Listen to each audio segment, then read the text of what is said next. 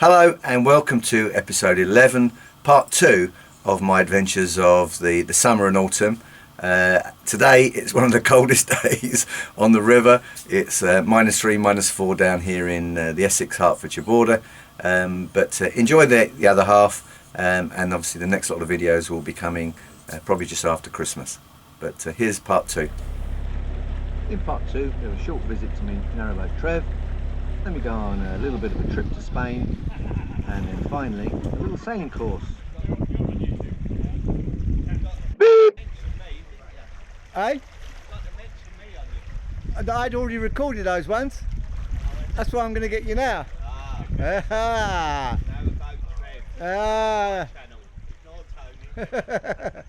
I'd already recorded those ones, Trev, so that's why I hadn't got anything down. So that's why. You remember when I came through, I said to you I'd already recorded, I hadn't edited them. So. Where are you off to now? We're slowly working our way to where. Okay, right, very different video this one. This one starts off in a Spanish airport. We're going to go and meet an old mate of mine I haven't seen for about 10 years. It's his 60th birthday, and so we've got a weekend in Spain. So, here we are. In Grand Spain, in Torrevieja, and we come to see birthday boy with the Rottweiler. CP, say hello. Hello, here we are, Costa Blanca. This is Bailey. Bailey Bear. Bailey Bear. Oh. And this is our good friend. He's been out here for 16 years, 15 years. Yeah. And today is a landmark birthday, eh? 60 years old. 60 years old. Yeah. So we're going to have a little bit of a weekend of hopefully memories. We had a late night last night, but today is a beautiful day. Torrevieja Marina for the beautiful boat lovers. Some lovely, they're mostly 30 and 40 foot footers over here. But you can come across the sun honestly in a moment. Birthday boy. There are some boats for purchase. Nice little Genoa 379. A little holiday boat. Don't think you'd really want to spend a lot of time with it. However, one of my long-term plans, once I've done my boating, is to buy something similar to this, which will be part of the ongoing journey of life on the sea. Yeah. Come to Torrevieja, just some examples of marina life in yeah, I know it's not on a tripod, this is obviously working down, but apparently this camera will smooth everything out. I'm not sure if it is.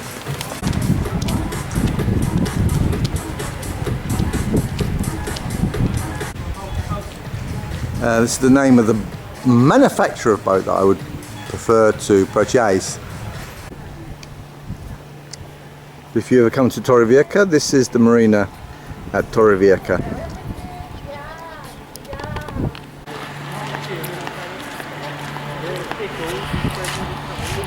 We have the seawall behind us, Mediterranean out there.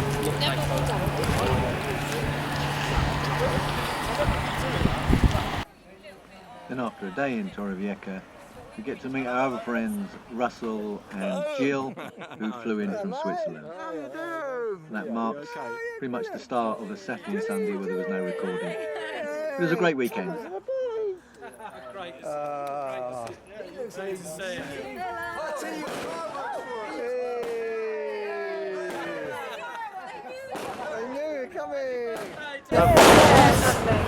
No. Did you organise that? That's definitely, it's just me. Wind playing, you know. I was getting like that.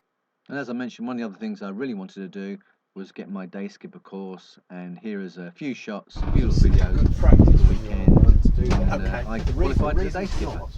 If you've got a gust from behind you, what that can do is it can start to sort of broach you around in that direction. Yeah. I'd wait till we get past the pier. Wait till we get past the pier.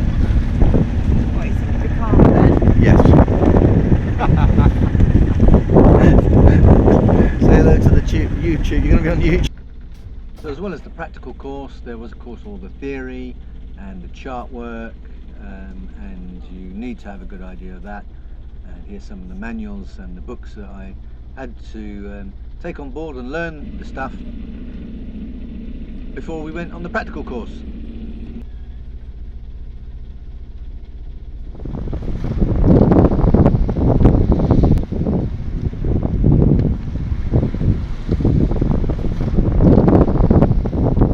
Also take this opportunity to answer some questions that people have asked me about one of my previous episodes about installing the Morso stove, and mostly about fitting the back boiler. So one of the questions was, how do you get on with the water circulating in the system? Well, in this particular instance, because I've already plugged it into the existing radiator system, it already has a boiler at the back of the boat, which obviously uses the gas, and with the wood and all the coal, then that's going to heat the water in the back boiler. And I just use the pump, which has a manual switch, rather than the thermostat, because the thermostat can go off, and therefore there's a danger that the water will build up in pressure, which is clearly something you don't want. So there are two solutions to the potential answer to this. Is if you fit a 12-volt circulating pump, then that's going to prevent really the chance of the boiler to boil dry, because the water will continue to circulate around the system. Or, as in my case, just make sure that you have a safety procedure where you know that you're going to be switching on the pump before you light the fire. I mean, the fire takes a little while to heat the water in the system anyway. But what I tend to do is I get the boiler going, the gas boiler going, to start to warm the system up, and then by the time the fire is really going, I can switch off the gas, and then the fire continues to heat the rest of the boat up, and with the water circulating from the pump. But it's not a gravity system. You can't really have a gravity system on the boat. There's just not enough pressure. So I would always make sure that you've got some kind of circulating pump, 12-volt circulating pump, to keep the water going around. Another important feature is to have something like this. Just to help with easing any potential pressure, and mostly when you come to bleeding the system, because this is a fairly high point in the system, this is a sort of, not a pressure relief valve, but it's a valve that you can release the air out of the system and then close it off manually should the need arise. Another question I had was, how am I getting on with the washing machine? Well, the washing machine works fine. It's working off the 240-volt system, mostly through me using my generator. I haven't drilled a hole in the boat. I just stick this out the window for the water, but make sure you use environmentally friendly soap powder. And the final thing to say is, guys, yes, I've listened to your feedback and I've got myself a tripod. So hopefully this might be the last of the wobbly videos that you see from me. Dottie and I would like to thank you for watching our channel and following our progress with the improvements that have been made to Destiny and the journeys to come. Please give us a thumbs up, please share the channel. I love to grow my following, but I really appreciate all your feedback and comments, and always please ask any questions. I'm more than happy to share my experiences, what it's been like to living on a boat for the last year. Thank you.